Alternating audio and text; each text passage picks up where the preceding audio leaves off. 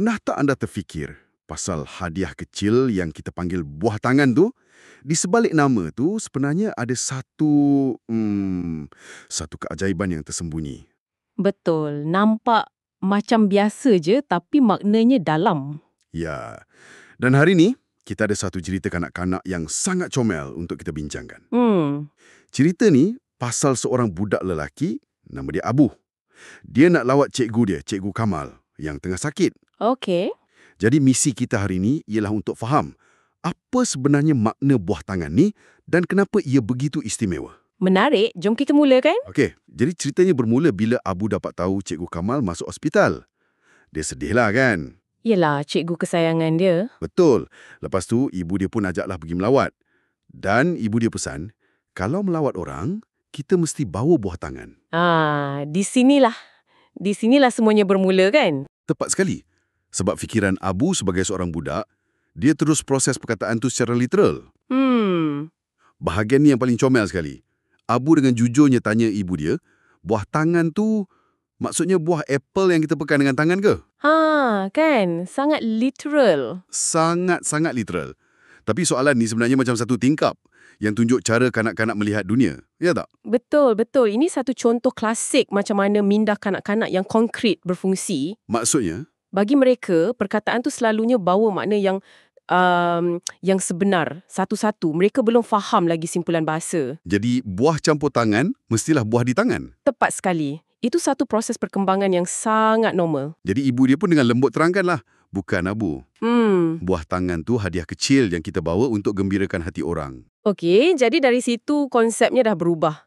Daripada sesuatu yang fizikal kepada sesuatu yang berasaskan niat, emosi. Tapi macam mana seorang budak kecil nak terjemahkan niat yang abstrak tu kepada sebuah hadiah? Itu soalan yang bagus. Dan di sinilah intipati cerita ni. Okey.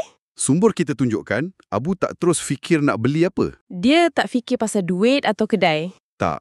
Sebaliknya dia berhenti sekejap dan fikir, apa yang Cikgu Kamal suka?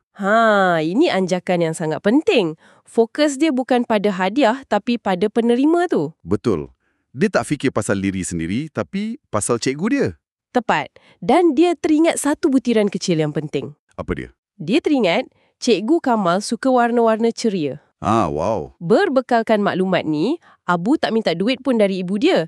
Dia cuma ambil kertas dan pensel warna. Dan dia melukis. Ya, dia lukis gambar bunga matahari. Besar dan terang. Itulah buah tangan istimewa dia. Pada pandangan anda, kenapa hadiah yang macam ni yang dibuat sendiri atau sangat peribadi, kenapa ia lebih memberi kesan? Sebab hadiah macam lukisan Abu ni, ia bawa mesej yang lebih mendalam. Mesej yang macam mana tu? Saya ingat apa yang cikgu suka. Saya luangkan masa dan tenaga saya untuk cikgu. Saya peduli. Inilah kuasa pemberian yang datang dari hati. Ia bina satu jambatan hubungan. Dan kemuncak cerita ni buktikan semua tu kan? Memang. Apabila Abu bagi lukisan tu, Cikgu Kamal bukan sekadar suka. Dia sangat terharu, sangat gembira. Kegembiraan tu mesti berbalik pada Abu juga? Ya, itulah yang cerita ni simpulkan dengan cantik. Apabila kita memberi buah tangan dengan hati yang ikhlas, semua orang rasa bahagia. Kegembiraan yang dikongsi bersama. Betul. Jadi, apa yang kita boleh ambil dari sini? Keajaiban buah tangan tu. Ia bukan pada objek itu sendiri. Bukan pada nilai ringgitnya. Tapi pada pemikiran, keprihatinan dan keikhlasan yang ada kat dalam tu. Tepat sekali. Ia satu peringatan lah. Yang isyarat paling kecil pun, kalau datang dari hati yang tulus, mampu menceriakan hari seseorang. Dengan cara yang tak boleh dibeli dengan wang. Betul tu. Jadi sebelum kita akhiri, kami nak tinggalkan anda dengan satu soalan untuk direnungkan. Silakan. Hadiah Abu ialah sekeping lukisan bunga matahari. Cuba fikir sejenak.